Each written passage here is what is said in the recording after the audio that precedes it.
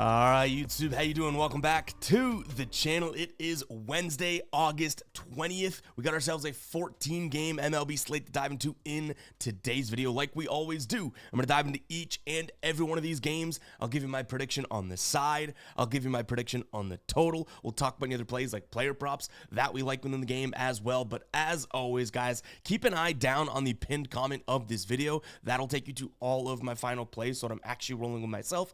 If that does interest you, if you do want to fade me, all of that absolutely free down in the pinned comment. Also, down in the pinned comment, you will see our NFL futures video. We'll have a link for that as well. We posted that on the channel yesterday afternoon. 7 NFL futures that we have already locked in. Go ahead and check that video out. Comment your favorite futures on that video comments. We got a bunch already. Go ahead and check it out. And we might be even adding some more in. But again, that'll be down in the pinned comment as well. All right, recapping yesterday, not exactly the best night. I think we got a little too overexcited coming back from our our vacation into the normal schedule and broadcasting and videos. We go 4-6. Now I could make a few arguments about the ball not bouncing the right way in a couple of these spots, but ultimately I don't think it's worth doing that. The only one that I'm really salty about would be the Red Sox, not only because I'm a big Red Sox fan, but mostly because they had the bases loaded with 0 outs like 4 different times. Literally, I think it was at least 3 times in the game and didn't bring home a single run, and I think they struck out the side twice. That one's a tough one, but you know what? Blue Jays, that was a good look. Wish we had kind of invested a little bit more into either one of those sides. The Phillies -1, some late game drama, but that comes through. The Reds come through as well. The Brewers, that little strategy, not so much. That Cardinals Mariners first 3 under, nope. The Red Sox we talked about, and then that Athletics Twins first 5 under. That Athletics offense is, especially when at home, not that they're at home this time, but the Athletics offense overall, definitely something to just keep in mind. Like, they have such young guys with the ability to put up crooked numbers. So even against a guy like Joe Ryan. So we'll keep that in mind moving forward. Let's up the vibes a little bit here. Pumping some crowd noise here for the ride of the day. Danny P had the White Sox team total over 3.5. They ended up losing the game, I believe, but they put up double digits. Take the cha-ching. Shout out to Daniel for the ride of the day. We can see here that the tracker is up to date. If you guys don't know what the ride of the day is, it's simple. Just use that hashtag ride of the day down in the comments. I jump on board with one person's play each and every day. Give you a shout out in the next video, win or loss. If you win, we continue to roll and ride with your plays. But what do you say we go ahead and dive into game number 1 of today's slate? Guys, hit that like button, hit that subscribe button. Let's get rocking here. We're starting off with the Pirates and the Blue Jays. Yesterday, this was probably our best look. We had both the Blue Jays team total over as well as them on the money line, and both do ultimately end up coming through for us. Today, we have Chris Bassitt on the mound going up against Johan Oviedo, who, I mean, not gonna lie, I don't really want to trust Oviedo. I think he has just that one start under his belt this year. He hadn't pitched in forever before that. Ashcraft looks like he's gonna get maybe the opening or some bulk action as well. This is a spot for me to say, okay, let's just do what we did yesterday. Let's not overthink it. Blue Jays, their team total over, but I also do think that we could consider an over. This Pirates offense has been impressing me, at least in this series, and I would say maybe 2 of the games against Chicago. And when I say impressed, it's not like I have a high benchmark or I guess a threshold for the Pirates to impress me. But if the Pirates are going to go out there and give you 3 to 4 consistently, I don't mind them in overs, because I think the Blue Jays are going to do their offensive thing. And Chris Bassitt on the other side of things, he's really struggled on the road this year. 1.5 whip, a FIP of 5.44, 298 average against, just a 17% K rate compared to a 22% on the season in terms of K rate. So maybe the Pirates do get a couple off them. So yeah, if you don't like the team total over and don't want to just fully trust this offense in Toronto, maybe consider a full game over in that one. But I do still think the Blue Jays, if you can get them inside -160, that's probably where my head's at. All right, next up, Phillies taking on the Mariners. One of our dubs yesterday. Would you look at that? Our first 2 games we're looking at were 2 of our very few good spots yesterday. Today we have Jesus Luzardo on the bump for the Phillies. He's going up against Luis Castillo. I would give the pitching kind of like an even score here. Luzardo, really good against lefties. That's great, but there's a ton of righties, especially at the top of that order against Seattle. His numbers at home aren't all that fantastic. Where I do think that he could be either really good or really bad is the fact that if his slider is on or not. This is a Seattle team that's definitely middle of the pack against the slider in the last 30 days, and that middle of the pack can either be, something that kills him or something that, hey, they decided to hit it today. So I do think coming from the left side, if Luzardo gets a lot of swing and misses, this could be a nice Phillies spot. On the other side of things, you have Luis Castillo, who has some decent numbers to some degree against this Phillies squad. 26% K rate. I wouldn't necessarily put the walk rate in an upper echelon. That's a 10.4, but an expected batting average against a 234, an expected WOBA 334. You can live with those numbers. That being said, he definitely struggles against lefties. 1.55 whip against lefties compared to a 0.93 against righties. You ever heard of Bryce Harper? You ever heard of Kyle Schwarber? So to me, that's just too much,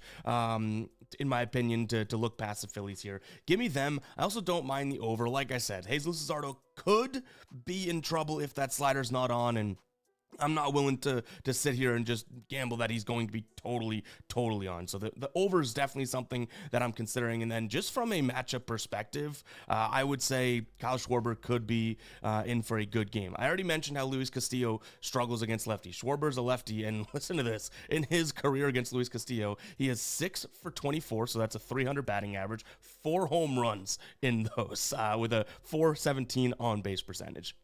6 RBIs as well. Kyle Schwarber seems to see Luis Castillo fairly well. So give me the Phillies. I don't want to give too much credit to Luis Castillo, to Jesus Luzardo. I think this Phillies bullpen, especially with Duran going yesterday, we had Kirkland go 2 days in a row. There could be some runs late from Seattle, and we could see a game just like we saw yesterday, right? 6-4. That's an over, and the Phillies still ended up winning by 2 runs ultimately. All right, next game up, we have the Tigers taking on the Astros. This one was a 1-0 win for the Tigers yesterday. And now that marks 3 games in a row that the Houston Astros have not scored a run in 4 of their last 5 games. Today, Charlie Morton's on them. I'm going up against Framber Valdez. I do think that we could have some decent pitching here. And I almost want to trust Framber Valdez. He is the better pitcher, at least this year. One, he hasn't been all that phenomenal in his last 3 starts or so. Charlie Morton's actually looked okay if you throw out that 1 game against the Angels. And secondarily, can we really count on the Astros to score any runs right now?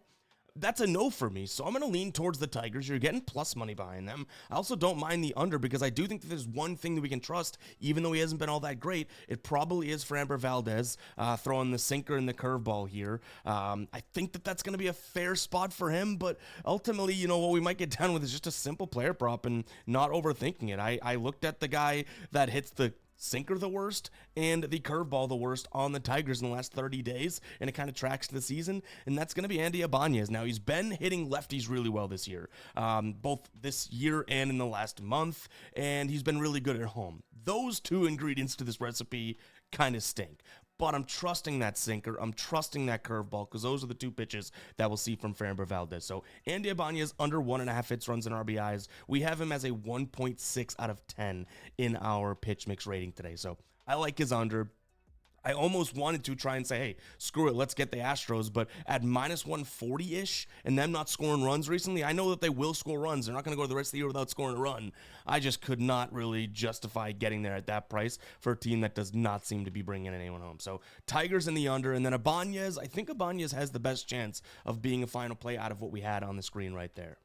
All right, real quick, guys, before we do move on with the rest of the games, I want to talk to you about Underdog. They have a brand new offer. So if you have not checked out Underdog yet, you should probably do so because I don't know how long they will have this one last. Place a $5 entry, right? You're going to get $50, 10xing that $5 right away in bonus funds. You'll have $50 to use. I believe they're also still doing the deposit bonus as well. So 2 for 1 bang right now. Scan that QR code if you are watching right now, or just go ahead and use the link down in the description, as well as the pinned comment. It'll auto apply this deal. You're also going to get a mystery gimme pick in the MLB today as well, meaning you'll get a pitcher for 0.5 outs or a batter for 0.5 at bats. Essentially a square that is an auto cash that you can add into your entry and, up that price and that bonus a little bit, right? So go ahead and check it out. You can also use code GUYBOSTON when signing up. You'll get all the same goodies as well. But I would recommend it, guys. Underdog is really clean, easy to use. They're constantly doing kind of unique and innovative things in this DFS market, which is very, very cool. If you don't know what I'm talking about or what type of app it is,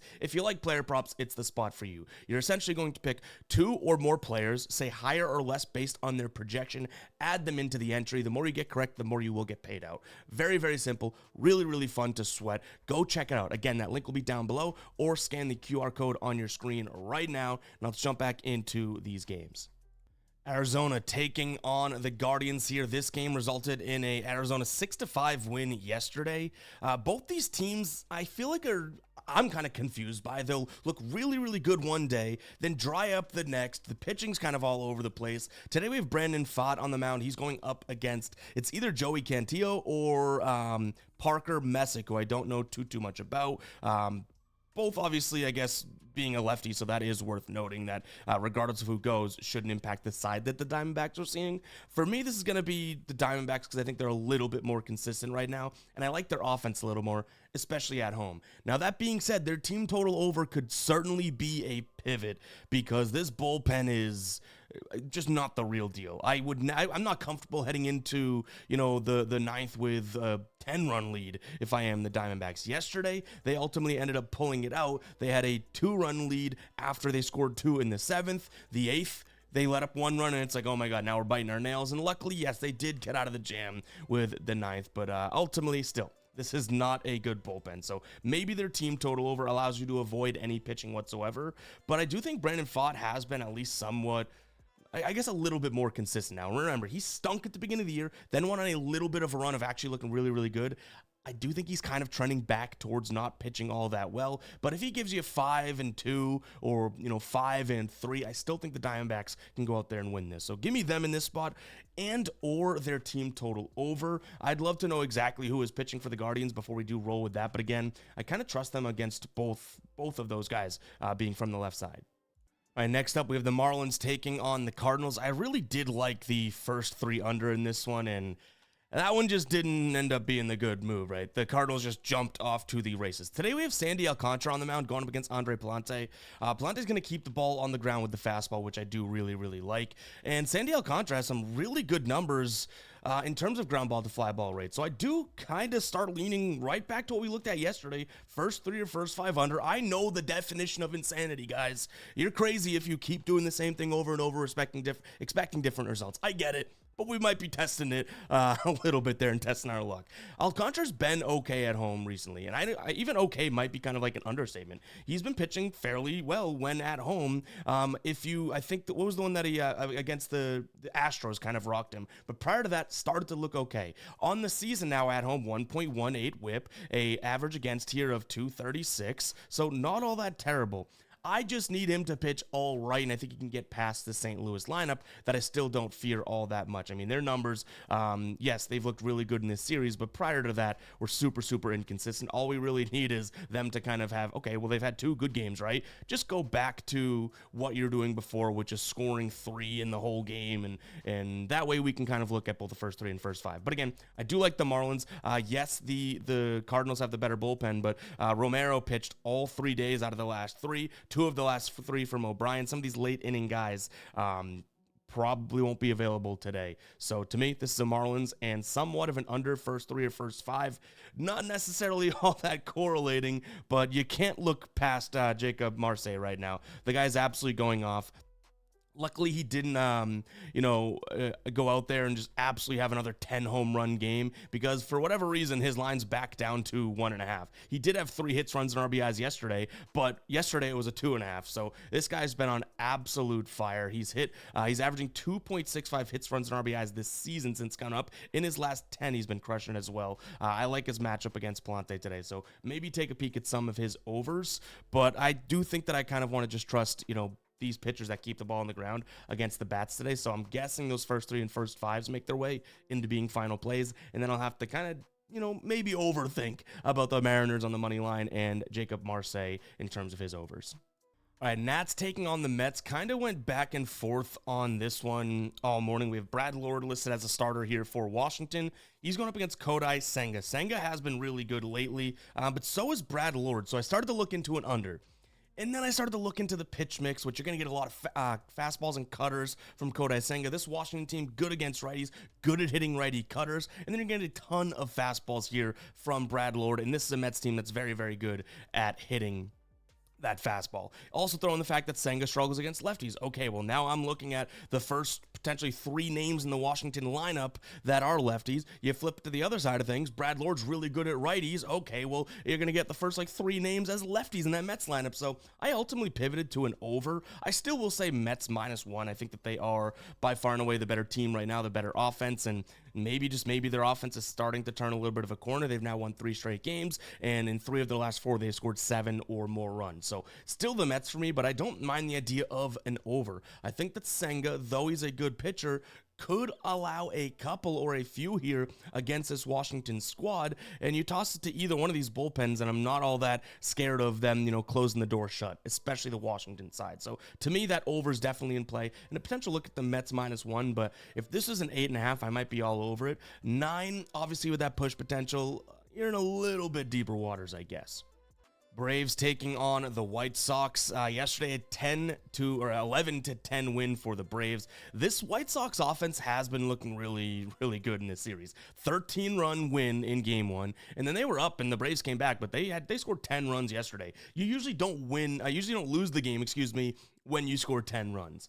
Today, we're still kind of waiting on pitching, so it looks like Hurston Waldrop's going to be pitching for Atlanta. He's actually looked okay in his start so far. I think he has 3 appearances, 2 of them being starts. One of those, 6 innings, 1 earned, 6 strikeouts against Miami. That was at home. And then 1 in Cleveland, 6 innings, 2 hits, 0 earned, 7 strikeouts, again, against Cleveland. So I think that he probably should be okay here. I mean, obviously, if the White Sox are going to keep doing these, big run-scoring games and whatnot, then no pitcher's going to be able to pitch well against them. But I don't know if that's necessarily going to be the case today. On the other side of things, I've seen 2 names, Aaron Savale. I've also seen Martin Perez, and neither one of which are all that scary to me in a sense. I mean, we sort of backed Savale in his last start, and he did okay. 3 earned through 6 innings, just 1 walk, and it was a home run that he let up as well. But we had that under in the Sox and the Royals game, right? But still, I do think that this Waldrop kid should be able to pitch fairly well, right? He's a real, I think he's like 22 or 23. I kind of like him against this White Sox offense. So what I'm going to say is I'm going to lean towards the Braves. Now, that is a big price tag to pay. An end-around way of getting there, beating around the bush, might be their team total over. If it's Perez, then sure, I think that could be a decent look. He's came back once, looked okay. I think it was against Detroit, right? But only in a few innings, but hadn't pitched since April prior to that. And the same thing with Savale. I'm not all that shaken in my boots about him. So maybe Braves team total over. This offense, I do think, is starting to get good at the right time. Their last 4 games, 11, 9, 5, and 4. I'd mentioned how the White Sox usually don't lose games, or any team, when you score 10 runs. You could say the same thing about the Braves in Game 1 of this series, right? They lost 13-9. If you score 9 runs, usually you're going to be winning those games. All right, next up, we have the Rays taking on the Yankees. The Yankees offense looking pretty damn good lately. 12, 8, and 13 runs scored in their last 3 games. Game 1 of this series, they end up winning 13-3. Today, we have Drew Rasmussen on the mound. Obviously, a really, really good pitcher. He's on the mound for the Rays, going up against Cam Schlittler, who I do think Schlittler is I do think he's very good, okay? I think that he's a lot of potential. You look at some of his numbers and you're like, all right, maybe not so much, but even still, he's been pretty damn good, right? A 3.9 ERA. On the road, he struggled a little bit, but he has some decent numbers. Like the strikeout rate is something that impresses me. And we saw this very matchup, if I'm not mistaken, and hammered the first 5 under last time out. I'm going to be looking at something similar. First 3, first 5 under. I do think that Schlittler can hopefully do enough here, and Rasmussen, being the better pitcher in the matchup, can somehow maintain and stop this Yankees lineup from absolutely going off. Now, is that a tall task? Sure, but again, the Yankees have more, I would say, rough baseball in their recent games than they do, right? It's at least 50-50 rough baseball compared to really good offensive output, right? So Rasmussen, who's pitched really well against them already this season, should be okay. I'd hope so. He has 2 starts against them, 5 2/3, 1 earned, 7 Ks. And then that last one was 5 innings pitched, 2 earned, 5 Ks. I think that he's going to be all right. Against this current lineup, so the actual guys on the team, 62 plate appearances against a 37.1% K rate. The walk rate at 9.7, don't absolutely love that because the Yankees are drawing some walks today, but an average against of 161, a WOBA against of 195, and expected slugging just down at 269. So hoping we could see Rasmussen kind of suppress this Yankees offense and then let Schlittler kind of go out there and be a little free against this Rays team that is not hitting all that well. I still do like the Yankees. I think you're getting a good price, especially given the fact that, you know, it's Rasmussen versus Schlittler, but this Yankees offense at any point I do think can kind of go off. So sure, that's why I do lean towards the Yankees. Hate to do it because they probably get to Rasmussen in order to score, and it's like, well, we have the first 5 under. We still want a good game out of Rasmussen, but when push comes to shove, they are still the better offense if you put it in a vacuum. Real quick, guys, I haven't talked about it in a week or so, but we still have our MLB dashboard, which if you don't know what it is an amazing research tool for you to use. You can head over to GuyBostonSports.com, head over to the members area, click the MLB dashboard, and sign up today. We have our NFL dashboard coming out for the season as well. It's going to be really, really cool, a lot different than last year's. But what you have here is pitching data for the starting pitchers, bullpen data down here at the bottom. You can even see their ERA, their role, as well as how many pitches they've thrown recently. And then we have season ranks for ERA and WHIP overall for them. We have some team trend data at the top. We have the lines, temperature, chance of precipitation. We also have pitch mix, so you know how often these pitchers are going to throw certain pitches. Batting data, whether it's overall in the last 30 days, against the starting hand in the last 30 days, whether you're home or away against the righty or lefty splits in the last 30 days. A ton of stuff, including player numbers here. We also have our pitch mix rating, which we're also working on. This is both for the pitch mix rating for the pitcher and the batter. We're turning them into hitter rating and pitcher rating. It's going to be really, really cool. Overall, but that's the beauty about this dashboard, guys. We're continually making enhancements and updates to it. This is already what some might consider a finished product, but I want to make it even better. So go check it out. Again, it's over at GuyBostonSports.com. Head to the members area, sign up via the MLB dashboard. Right now, it's $6.99 per month. There's also a link down in the description. Go ahead and check it out. I'm telling you guys, this tool is a great starting point for your research process because it's color coded and everything like that. You can kind of get a view of where you want to go in the game and honestly take it from there, whether you want to go to another site or even dig deeper into the dashboard. It's all there at your disposal. Go ahead and check it out. That link will be down below in the description, or just head to GuyBostonSports.com and head to the members area there. All right, Minnesota taking on the Athletics here. We do have, I would say, an interesting pitching matchup to discuss here. Bailey Ober, who's definitely been up and down, and I would say more down, is on the mound for Minnesota. The team's 0-5 in his last 5 starts. Going up against JT Ginn, who's been really good on the road this year, and that's worth noting, and not his most recent road start. I believe he got hit up by Baltimore, but before that, been looking pretty good, and that's really worth noting due to the fact that they're playing in a AAA ballpark. So much like Coors, when pitchers are performing well outside of that home stadium, maybe there's a little bit more that meets the eye there, right? I like the A's in this spot. I just can't get over the fact that their offense, in theory, is so much better than what we're seeing out of this Twins offense. You have Kurtz, Langeliers, who's going nuclear right now, Rooker, those 3 guys alone. I mean, you have Soderstrom as well, can kind of change the outcome of a game, I'd say. And Kurtz and Langeliers back-to-back is a tough thing to face down, right? You have one lefty, one righty. What I will say is you're going to get the slider and changeup out of, Bailey Ober. Don't necessarily love that, as right now in the last 30 days, 7th is where the A's are in terms of runs above average against the slider, and then number 1 against the changeup. With the fastball just middle of the pack, but still, all 3 of those pitches are pitches that those 2 guys, Kurtz and Langeliers, hit really, really well. So to me, it's Athletics or just their team total over if you can get a better number for that. That way we don't have to rely on JT Ginn because he really struggles against lefties, really good against righties. Some interesting splits there, right? That being said, I think there's going to be like 4 and there's 1 switch hitter, so he'll be a lefty today. 5 lefties, 4 righties, kind of an even split. Buxton being a righty, you have, I guess that's probably the only righty that I'm really all that afraid of. You do have some lefties, Wallner, Clemens, Laurent. Like, there are some guys in there that could worry you. So maybe it's just Athletics team total over, so you don't have to rely on JT Ginn. But again, guys, his numbers on the road are fantastic. Maybe it is just less overthinking and just roll with the A's. The better offense, the better pitcher. And honestly, who knows what happens when we get to the bullpen? I'd still take the better offense at that point, right? Moving on, we got the Royals taking on the Rangers here. Noah Cameron on the bump for the Royals, going up against listed as Kumar Rocker for the Rangers.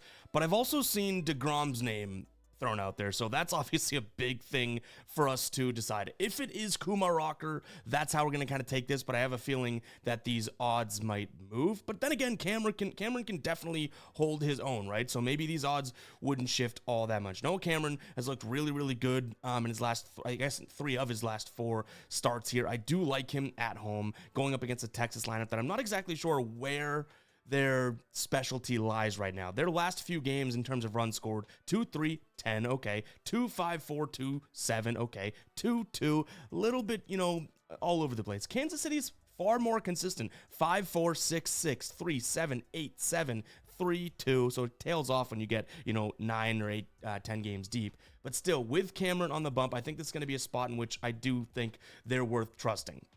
Now, I also put out there Texas team total under because I think that he could pitch fairly well against them, right? I don't want to say Royals team total over right now because then I feel like we'd get screwed if all of a sudden it's like, oh, actually pitching for Texas is going to be Jacob deGrom. I think that's going to be a far different situation. So if it's Kumar Rocker, then sure, Royals could probably put up another 4 or 5 runs like they have been doing consistently. But realistically, I think this could be a nice spot where we just kind of back the Royals and have a nice advantage from the starting pitching perspective as well as the offensive perspective. Now, I will throw in the fact that, yes, if this does switch, I don't even know if I love the Royals that much with deGrom on the bump. That might be something that we ultimately look at like a full game under, even a first 5 under.